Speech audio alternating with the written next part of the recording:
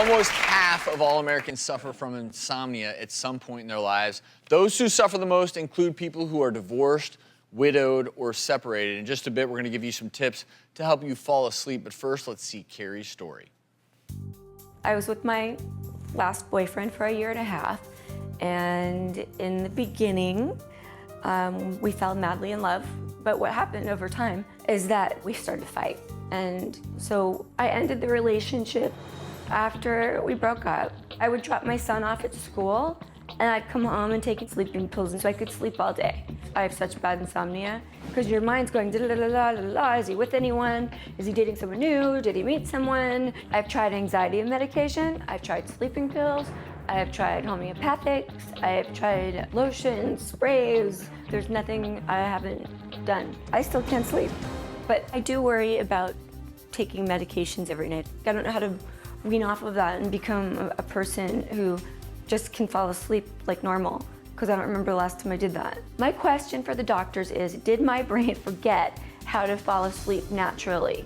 How do I get to sleep without sleeping medication?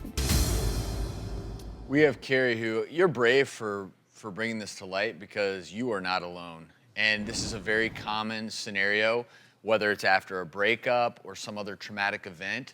You know, people have trouble sleeping.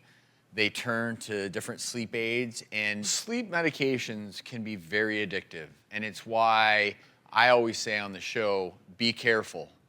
You know, these are not long-term solutions for most people.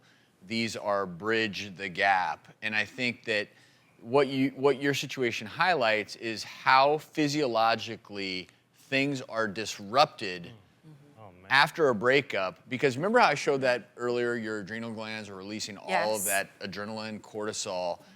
And on top of that, so you feel your heart racing, your mind is racing. Well, those are incompatible with sleep. So the medicines create this crutch in some ways.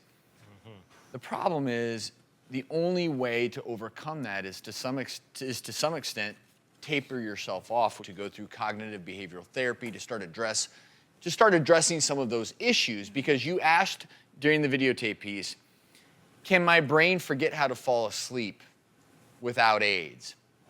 Your brain never forgets how to fall asleep, but at the same time, if you're craving these medicines, something has to change. We do have chiropractor and sleep expert Dr. Raymond Hall from Pacific Coast Sports Medicine Group joining us in our audience. And you have a few tips for Carrie too, just in terms of how to achieve better sleep hygiene behavior without, feeling that need to always take a pill. Absolutely. One thing you can do is make sure you get your exercise. 20 to 30 minutes of exercise every day helps you burn off some of that anxiety, also improves your endorphin productions, gets you a little bit tired so you can actually sleep better at night. Another thing to do is just take a really good sleep journal. Not only about your dreams, but what you did of the day. And a couple last things I might suggest is to do a breathing relaxation technique. I say it's a 21-second meditation. So you breathe in through your nose for a full 7 seconds, hold the breath for about 7 more seconds, and then breathe out through your mouth. You have to breathe. You have to get the oxygen back into your system. And then you most likely will be able to fall asleep a little quicker. Doctors, what I also might suggest is that I provide Carrie with a home sleep study. There's a tremendous amount of wonderful sleep labs throughout the United States which are critically important to diagnose what happens after they go to sleep. Because what happens when she's going to sleep and what happens throughout those 7 or 8 hours, hopefully quality sleep, may be able to give us a little better information and clue about how to cure this, how to remedy this, how to come up with sleep solutions. So I'm going to offer that. It's a system through Intramed that many doctors can be using throughout the United States. Well, great. Thank you, Dr. Carrie. Thank you for sharing your story with us.